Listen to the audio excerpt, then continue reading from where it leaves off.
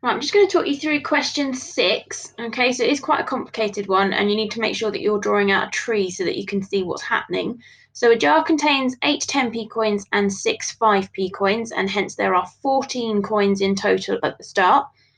3 of the coins are going to be taken out without replacement. Remember, we always take out one at a time. So for part A, we need to work out the probability of the total value of the 3 coins being 30p.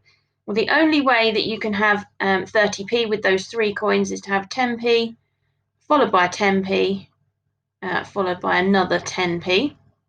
And so you can see on my diagram here, so I've started to draw the outline of the probability tree. I had the probability the first 10p would be 8 out of 14, but if I take one 10p out, then I have 13 coins left and only 7 of them are 10p's. If I then take out another 10p, I will have 12 coins left and only 6 of them 10p's. And remember, as we go through a probability tree, we multiply those probabilities together.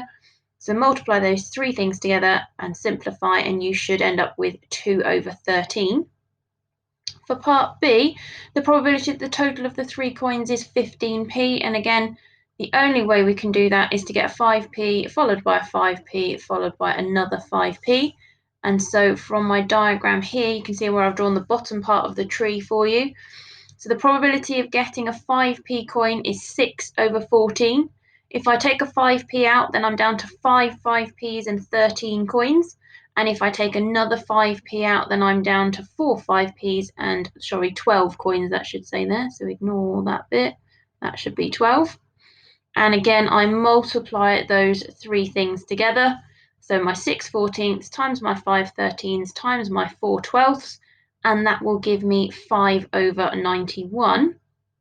Part C, now we can draw out the whole probability tree, and that will show us which things have at least one type of coin. But if we think logically on this one, we can save a little bit of time in the sense that everything has to have at least one 10p and at least one 5p, except for the 2 occasions where we get 3 10p's and the 3 5p's. And we know that probability always adds up to 1. So to answer part C, we can draw the tree, or we can think about it and say, right, I'm going to start with my total probability of 1, take away the probability that I get the 3 10p's, take away the probability that I get the 3 5p's. Okay, so that's going to be 1, take away the 2 13ths that I worked out in part A, take away the 5 over 91 that I worked out in part B, and that will then leave me with 72 over 91. So if you've got any further questions, let me know.